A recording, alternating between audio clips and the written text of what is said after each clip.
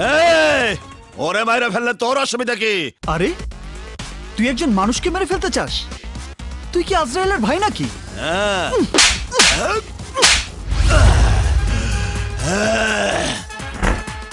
নে মুখের রক্ত মুছে ফেল।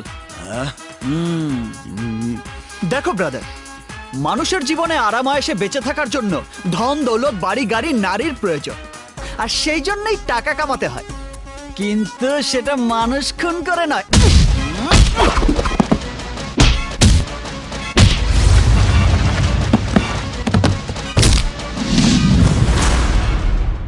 ওই শালার ধরে রাখ, আমি আইতেছি, এখনই আইতেছি। তোমাকে মেনি মেনি থ্যাঙ্কস। ওটা বাজারে কত টাকায় বেচা কেনা হয় বলতে পারেন? কি বাবা? আরে থ্যাঙ্কস শব্দটি, যা দিয়ে আপনি আমার প্রতিদান দিতে চাচ্ছেন।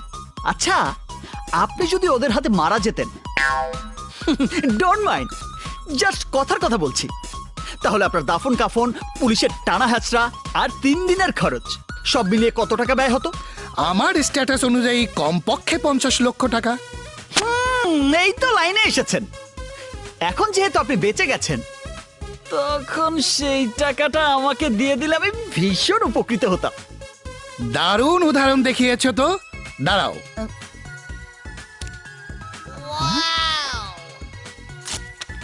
এই নাও। আচ্ছা, আমাকে রক্ষা করতে গিয়ে তোমার যদি কিছু একটা হয়ে যেত?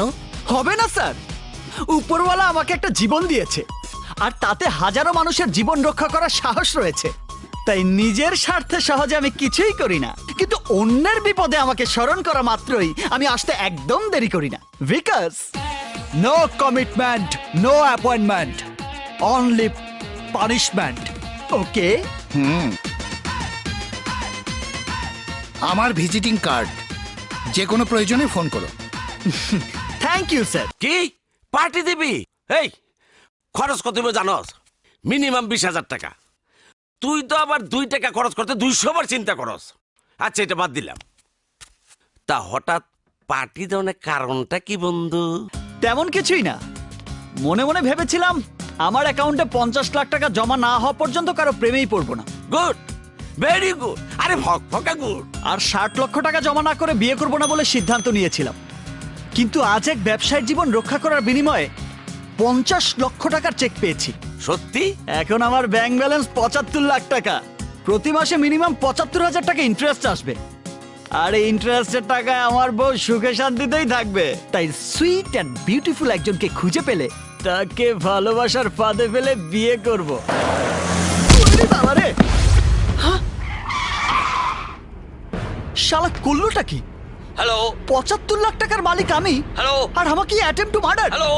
আবে রাখ, তুই সহ তোর গাড়ি আজ আমার হাতে মার্ডার।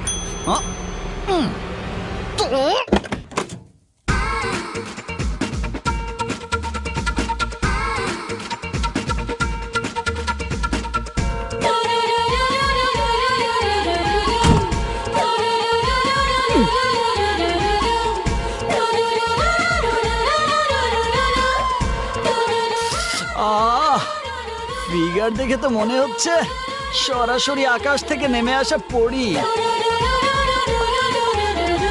একটু ঘোর বাপ। আরে ঘোর না। আরে চেহারা না দেখিয়েই চলে যাচ্ছে। আরে দাঁড়া।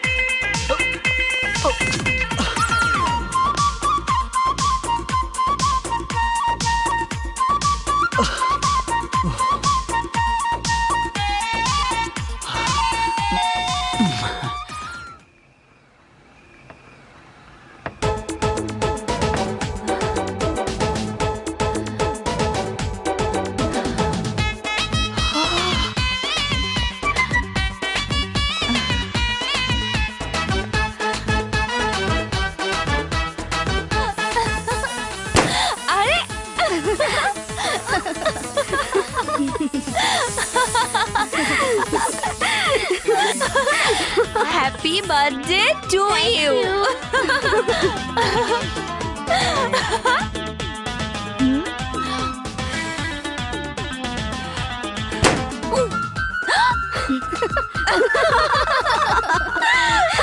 চল চল।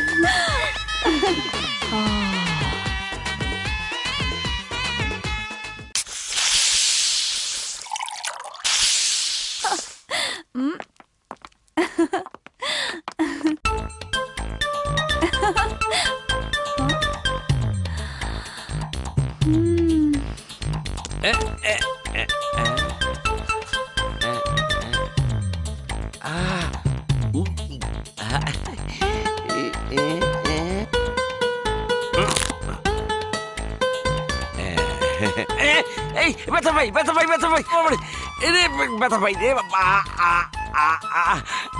এই কি ও শোনো, দূরে কালো কথা কই। কে রে ও ঘুরে ফিরে শুধু বারবার তোর দিকেই তাকাচ্ছে? গাড়ি ড্রাইভ করে এখানে আসার সময় ওকে পথে দেখে হালকা একটু হাওয়া লাগিয়েছিলাম। সেই হাওয়া দিয়ে ওকে এমন ভাবে ফুলাবো, ড্রেস, কসমেটিক্স অ্যান্ড ডায়মন্ডের অর্নামেন্টস কিনে দেওয়ার বায়না ধরে 2-4 দিনের মধ্যেই ওর ক্রেডিট কার্ড আর ব্যাংক ব্যালেন্স সব খালি করে ফেলবো। আরে শোনো, তুমি তো দৃষ্টি দিয়া অগরূপের মিষ্টি খাইতেছ, কিন্তু ওরা তো তোমারে আমির থেকে ফকির বানাইবার প্ল্যান করতেছে। এই এদিকে এসো। আমাকে বলছেন? হ্যাঁ আপনাকেই, ওই মোটা তাজা বলদটাকে নয়। আমি মোটা তাজা বলো,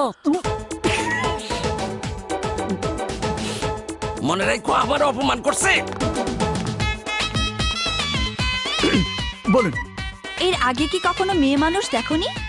দেখেছি, কিন্তু তোমার মতো টানা টানা চোখ, গোলাপি ঠোঁট, সুইট হাসি, beautiful figure and nice dress আপের কাউকেই দেখিনি। পাগল নাকি?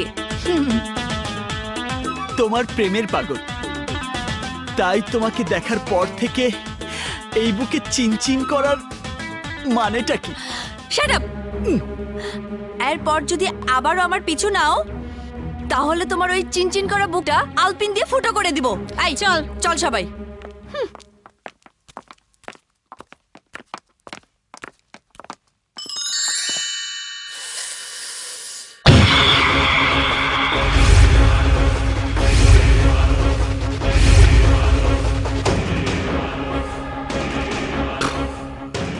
ডায়মন্ড ডেঞ্জারাস করা, যাকে ধরি সে হয়ে যায় বরবাদ। আমার কথার অবাধ্য হয়ে আমাকে মাসোয়ারা না দিয়ে তোরা সুখে শান্তিতে থাকবি, আর আমি অশান্তির মহাসাগরে হাবুডুবু খাবো। প্রশ্নই আসে না, প্রশ্নই আসে না। শোন, মানুষ ভেবে কাজ করে, আর আমি কাজ করি মানুষ ভাবে।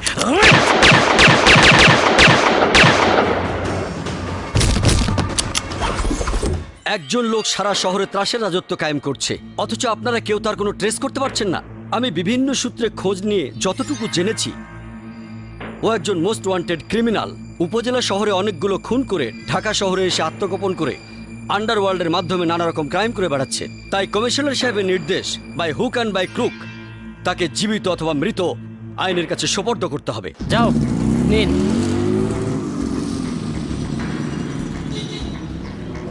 এ নিন।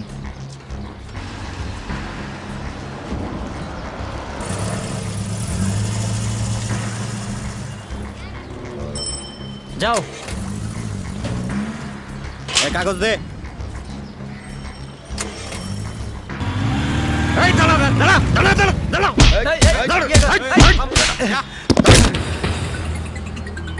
মাফ করে দেন স্যার, আমার কাগজপত্র সব ঠিক আছে, তারপরও আমার কাছে টাকা চাইছে স্যার। যা জরিমানাটা দিয়ে দে।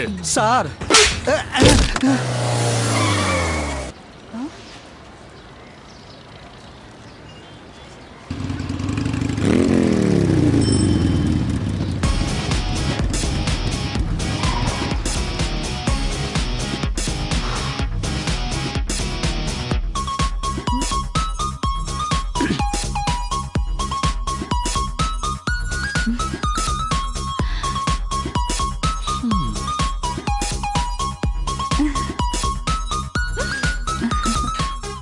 ধরা খেয়েছে।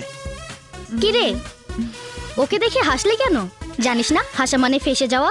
স্যার আমার হুন্ডার কাগজপত্র সব ঠিক আছে স্যার। আমার অসুস্থ মা হাসপাতালে, তাকে রক্ত দেওয়ার জন্য আমাকে আর্জেন্ট যেতে হবে।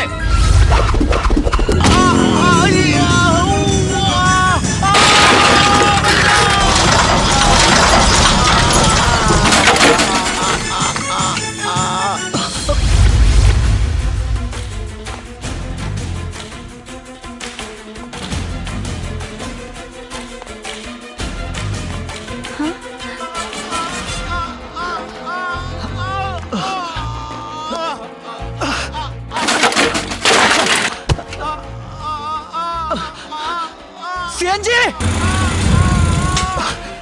ওকে হাসপাতালে নিয়ে যাও। ওঠো ভাই, এদিকে। এই ট্রাফিক সিগন্যাল না মেনে তুই পালাচ্ছিলি কেন বল? এই বল। ভাই, ওকে এক্ষুনি হাসপাতালে না পাঠালে ও মারা যাবে। মরুক, তাতে আমার কি?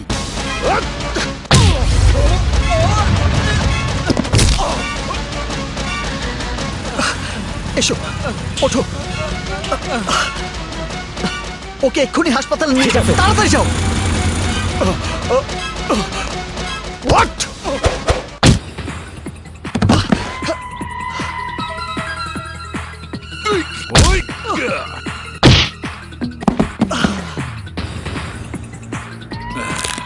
দেখুন স্যার, মানুষের জানমাল রক্ষা করার দায়িত্ব আপনাদের, কিন্তু আপনার এই এএসআই তা না করে ওই নিরপরাধ আহত মানুষটির মৃত্যু কামনা করেছে।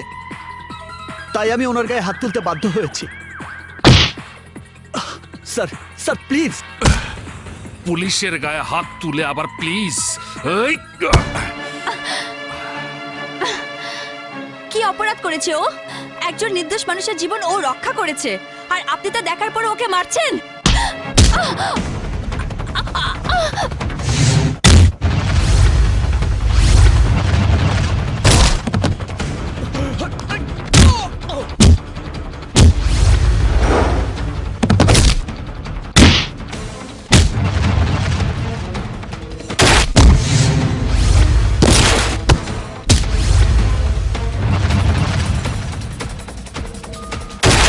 পুলিশের গায়ে হাত, আজ তোকে আমার হাত থেকে কেউ বাঁচাতে পারবে না।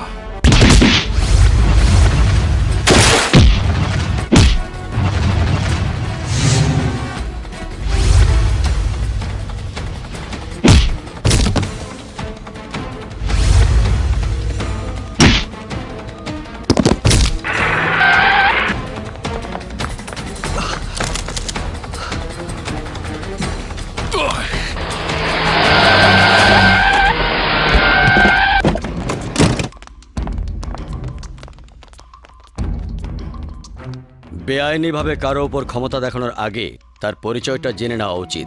হোম মিনিস্ট্রি থেকে ফোন এসেছে, you are suspended now. Officer, sir.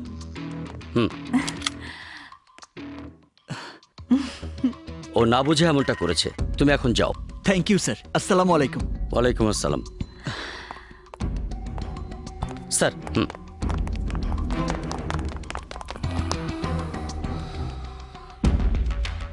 কেউ যার জন্য ডিসি সাহেব এখানে এসে হাজির হয়েছে আমাকে সাসপেন্ড করেছে? এই এদিকে এসো। ছেলেটাকে স্যার, ও তো একটা এতিম। কিন্তু এর পেছনে কোনো রহস্য আছে। আসলে ওর পরিচয়টা কি?